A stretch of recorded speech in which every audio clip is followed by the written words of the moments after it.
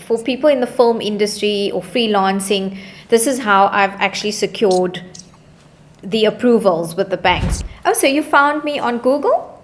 Yes, you came with great reviews. Oh, fantastic. I'm glad it's helping people to make informed decisions, correct informed decisions. Definitely. That's So, fantastic. yeah, Okay. talk me through the process. This would be my first property purchase. Right. I've been doing viewings for a while. I'm self-employed. I work as a freelancer, so I don't have the pay slips, but I understand that's not a huge issue if I can obviously just demonstrate affordability. Right. Yes, 100%. I have assisted a few freelancers with securing their home loans. So it would all depend on, yes, demonstrating that affordability for sure. So basically, you are seen as self-employed or a sole proprietor. You are seen as somebody that owns your own sort of way in which you are earning income. You're not employed Yes. by anyone because you have various clients that you service or provide your services to, and you invoice Yeah. them, right, on work that you've provided or done for them. Exactly. Okay, perfect. Are you needing to raise the full purchase price? So you mentioned Yeah, 1.7 about there. 1.6. I would ideally like to. I don't know if that is being overly ambitious. I recently did a real estate job and I am earning commission on those fees, and that's just been locked in. The OTP's been locked in. So I have Wow. money available that I could offset, but I think ideally if I can get, like a 30-year loan Yes. to that amount, I think it's a smarter way of doing it. That's kind of my thinking. And yeah, Yes. please advise if you think that's No, that's wrong. perfect. Yeah, I feel that that's the best way forward, especially as a first-time buyer, and especially in the type of income that you're earning. It's not. It can be higher some months, can be lower in some months. So Exactly. it's just good to have that buffer. And you can always, when it is in a higher stream of income that you're earning in that period, you could always pay off the bond sooner and put in that access. Exactly. Plug in that Exactly. access bond. Okay, so that's perfect. Okay, I'm just going to go down the list here. The filmmaker retainer, is that a contract that you hold with the filmmaker? I have a contract in place, but I'm an independent contractor. I'm not employed Yes. by his company or anything. Okay, perfect. Then the marketing Aspect. aspect of Yeah. your income. So You said that was as for the of- last year. Yeah, that's for the last year. Great.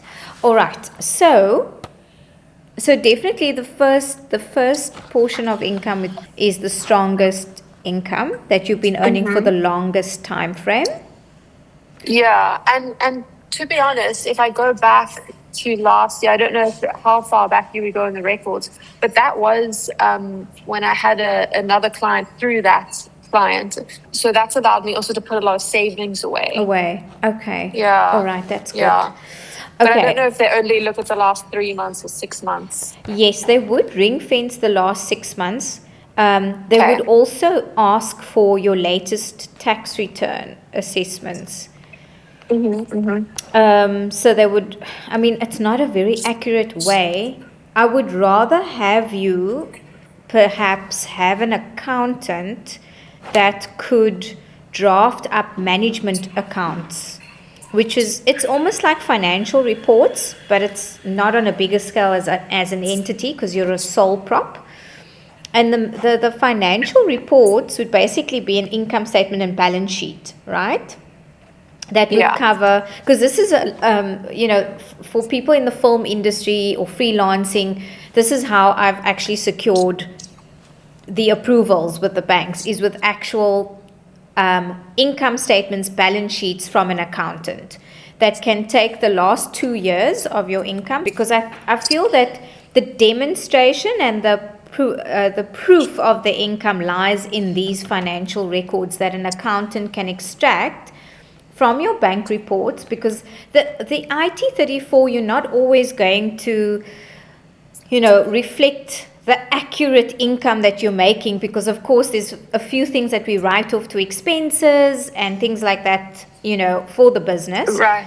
And that Yeah. doesn't really accurately depict your affordability for the bank application. So I want to get and extract that information as accurately as possible. Yeah. And Yeah. so do you have for this particular client case, her income streams that she holds are multiple contracts that she holds. And so there's one that she's recently secured in the last 12 months, and there's one that she, has had for the past 2-3 years. Being an independent sole prop or sole proprietor, it's very difficult for the banks to place confidence in the stream of income. So the best way in which we provide sufficient proof that the client is able to support a 20 to 30 year home loan is by means of financial statements.